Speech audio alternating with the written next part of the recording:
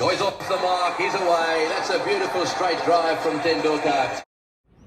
Hello friends, स्वागत है आपका फिर से एक और बार हमारे चैनल स्ट्रेट ड्राइव में। मैं दर्पण और मेरे साथ आरके सर। तीसरा दिन था आज चौथे टेस्ट मैच का और ये आज का दिन रहा भारत के नाम, बल्कि आप ये भी कह सकते हो कि आज का ये दिन रहा वॉशिंगटन सुंदर और शार्दुल ठाकुर के नाम, क्योंकि दोनों ने लाजवाब पारी खेली, लाजवाब पार्टनरशिप बनाई 123 रन की जब भारत को जरूरत थी। एक वक्त ऐसा लग रहा था कि भारत को 150 या 160 रन की लीड मिलेगी, लेकिन जिस तरह से आज पारी को संभाला दोनों ने, लाजवाब, काबिले तारीफ। हाँ दर्पण, एक गाना याद आ रहा है। हाँ, वो बहुत ही खूबसूरत मूवी है धर्मवीर नाम की। उसमें गाना है, 7 अजूबे इस दुनिया में 8वीं अपनी जोड़ी, तोड़े से भाई टूटे ना ये धर्मवीर की जोड़ी। तो आज इस जोड़ी को तोड़ने के लिए ऑस्ट्रेलिया ने तनतोड़ प्रयत्न किए। गेंदबाजी में जल्दबाजी भी की, स्पीड भी दिखाई। हाँ, वो जो क्रैक टूट गए थे क्रीज के ऊपर, तो वहां से भी गेंद को उठाने की कोशिश की। बॉडी पे भी प्रहार किया गया, बॉडी पे भी प्रहार किया। हर किस्म की गेंदबाजी की गई, हर किस्म की टेक्निक्स अपनाई गई, नया बॉल भी लिया गया और रनअप भी लंबा हो गया था। देखे मिचेल स्टार्क का रनअप भी देखे और काफी लंबा था, और उनके लिए ये दिन भी लंबा था। और हाँ, सब कुछ लंबा हो गया, पार्टनरशिप लंबी हो गई, वो खुद भी लंबे हो गए। हाँ, लेकिन आज तो मानना पड़ेगा कि मैं कह रहा था कि अब ये शारीरिक बल का नहीं, लेकिन मनोबल का ये टेस्ट मैच होगा। क्योंकि हमारी जो ताकत थी वो तो इंजर्ड होके आउट ऑफ द टीम हो गई है। तो अब तो जज्बा, खेलने के लिए, देश के लिए खेलने का जज्बा ही ऑस्ट्रेलियन की भूमि पर ऐसे बुरे दिन दिखा सकता है। और अगर हम कहते हैं कि मकर संक्रांत, तो मकर संक्रांत के अभी ये उत्सव अभी खत्म ही हुआ है। तो ये दोनों पतंग ऐसी चग रही थी जी। हमारे वॉशिंगटन सुंदर और शार्दुल ठाकुर के नाम की ये जो पतंग ऐसी चग रही थी कि ऑस्ट्रेलियन आसमान के ऊपर, और 11 के 11 खिलाड़ियों ने जी जान से मेहनत की कि ये पैर को तोड़ा जाए, ये पैर को तोड़ा जाए। लेकिन उनके पैर में से ताकत टूट गई जी। लेकिन ये जो बहुत ज़रूरत थी, क्योंकि टॉप ऑर्डर के बैट्समैनों ने हमें बहुत निराश किया दर्पण। रोहित शर्मा से जलवा आगे बढ़ा। रोहित शर्मा को, जिनके नाम के ऊपर गावस्कर बॉर्डर ट्रॉफी रखी गई है, वो गावस्कर ने भी कह दिया इस रोहित शर्मा के लिए कोई एक्सक्यूज़ नहीं हो सकता। और जब रोहित शर्मा का बयान आया कि मुझे मेरे स्ट्रोक पे कोई गिला शिकवा नहीं है, तो हमें भी दर्द हुआ कि आप वाइस कैप्टन हैं, यहाँ से गए हैं किस लिए, कि जब कोहली भी नहीं है, आपके ऊपर बड़ी जिम्मेदारी है। और आप ऐसे जब सेट होने के बाद, हमेशा ये पारी की बात नहीं करें, हमेशा रोहित शर्मा सेट होने के बाद आउट हुए, बहुत अच्छे दिखते थे हमेशा, और आउट हुए। और जबकि ज़रूरत थी, देखो ये ट्रॉफी, बॉर्डर गावस्कर ट्रॉफी हमारे पास है, हमारे पास रहनी चाहिए। और इतना जज्बा हमें रोहित शर्मा में तो इतना नहीं देखा, लेकिन दिखा जिन्होंने डेब्यू किया जी, वॉशिंगटन सुंदर ने। लेकिन आज पहले ही बॉल से शार्दुल ठाकुर भी बहुत अच्छे दिख रहे थे। पहले ही बॉल पे उन्होंने एक छक्का लगा दिया मिचेल स्टार्क को। वहीं से पता चल रहा था कि आज उनका इंटेंट क्या। और वॉशिंगटन सुंदर इतना क्लासिक खेल रहे थे, इतना स्टाइलिश खेल रहे थे। कईयों के तो मैंने आज ट्वीट भी पढ़े कि आज इंडिया ने एक स्ट्रेटेजी अपनाई कि ओपनर को आज पीछे भेज दिया।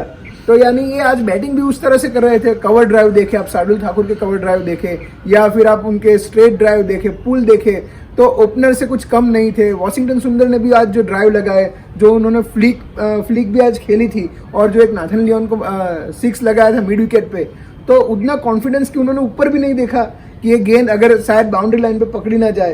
तो ये कॉन्फिडेंस दिखा रहा था वॉशिंगटन सुंदर और शार्दुल ठाकुर में।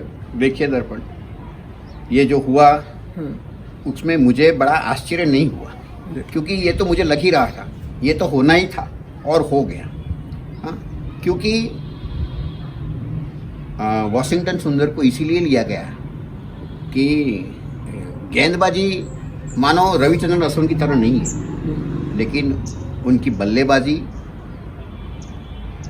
जाडेजा की याद दिलाती है जी। बिल्कुल, क्योंकि वो अंडर 19 जब तक खेल रहे थे तब तक एज ए बैट्समैन वो खेल रहे थे। बाद में उन्होंने बॉलिंग पे थोड़ी सी होनारत हासिल की और वो एज ए बॉलर खेलने लगे।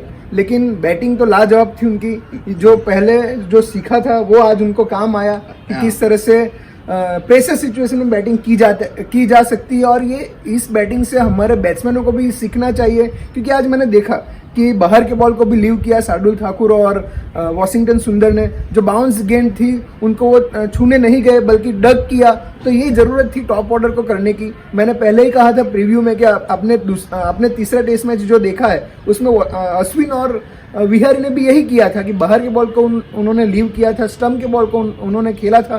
तो आज चौथे टेस्ट मैच में भी यही ज़रूरत थी कि हमारे टॉप के बल्लेबाज यही करते, बाहर के बॉल को जाने देते, बाउंसर्स बॉल को भी डक करते, और जो बॉल स्टंप पे थे उनको वो खेलते। लेकिन वो करने की बजाय मयंक अग्रवाल हो, रहाणे हो या फिर पंत हो, तीनों की आज आप विकेट भी देखे तो ऐसा लगा कि वो गेंद अच्छी नहीं थी, वो अपने आप आत्महत्या करके चले गए, बाहर के बॉल को वो छूने गए। आप बैट्समैन हो तो आपको बैट्समैन की तरह खेलना चाहिए। बाहर के बॉल को आपको पता है कि 3 स्लिप 1 गली रखी हुई है, तो आपको वो बॉल को लीव करना चाहिए था। आज मैं यही कह रहा था कि बैटिंग कोच को ये सब सिखाना चाहिए, टॉप ऑर्डर के बैट्समैन को सिखाना। ये आप ये मत कहना दर्पण कि ये यही बैटिंग कोच ने ये सब सिखाया होगा।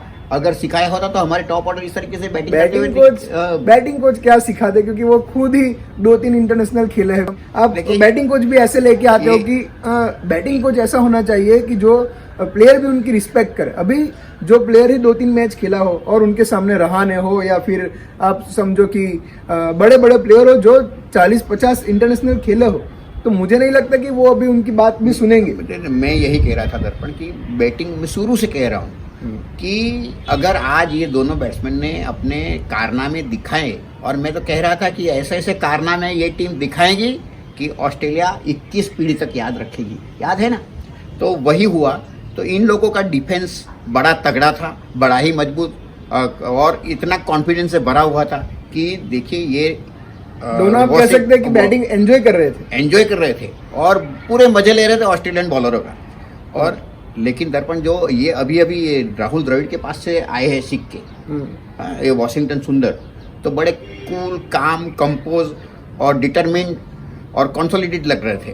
तो ऐसे ही इस तरीके से आज दिन इंडिया का रहा है, और जैसा कि कहा था पहला घंटा बहुत ही इम्पोर्टेंट रहेगा।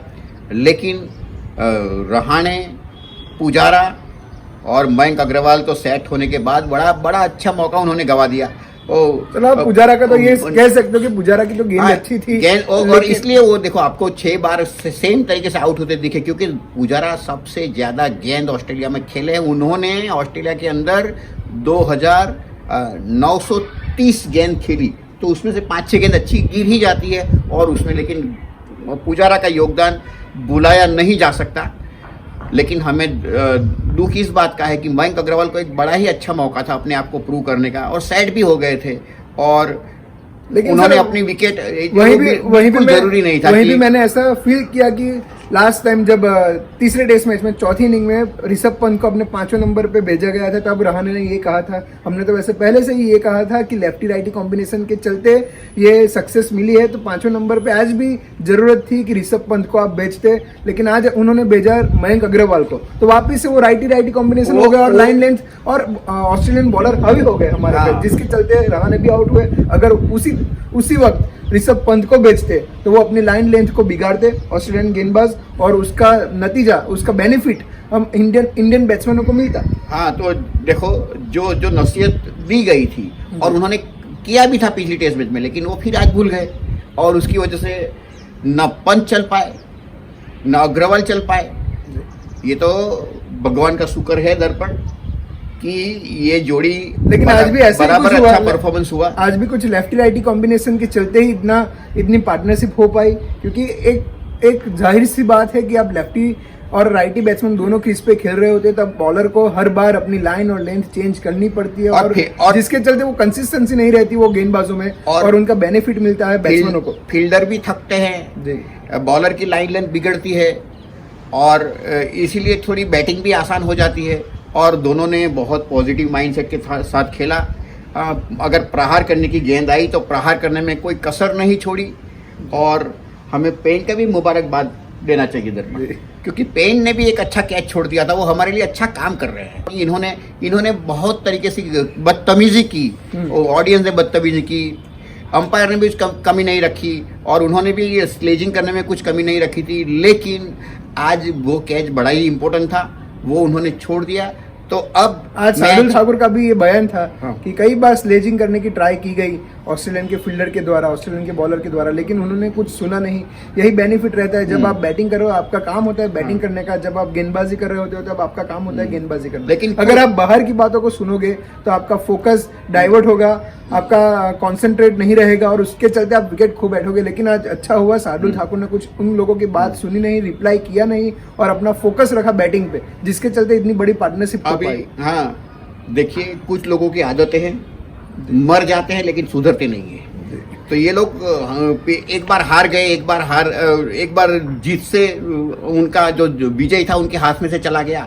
आज ये ब्रिस्बेन में उन लोगों का फोकस था, क्योंकि ब्रिस्बेन में उनका रिकॉर्ड बहुत बढ़िया है, तो उन्होंने कुछ भी हो जाए, चाहे वो कोरोना की वजह से पूरा सिटी लॉकडाउन होता, फिर भी उन्होंने ये मैच यहाँ पे खिलवाने की एक जीत कर दी, क्योंकि उनका रिकॉर्ड ब्रिस्बेन में बहुत अच्छा है। लेकिन दर्पण अभी भी मैच बड़ा ही बैलेंस है। जैसे अगर 53 रन आगे निकल गई है तो ये कह सकते हैं कि 53% ये गेम ऑस्ट्रेलिया के हाथ में है, 47 हमारे हाथ में है। अगर ज़्यादा नहीं, आधा घंटा अगर इंडियन टीम का अच्छा रहेगा तो फिर वो ऑस्ट्रेलियन टीम के ऊपर हावी हो सकती है।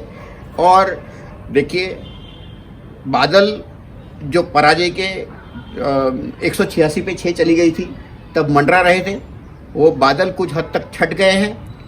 और कल और परसों तो बारिश की भी संभावना है, हो सकता है कि कल एक सेशन बारिश की वजह से स्पॉइल हो जाए, परसों का 2 सेशन बारिश की वजह से स्पॉइल होने की संभावना है।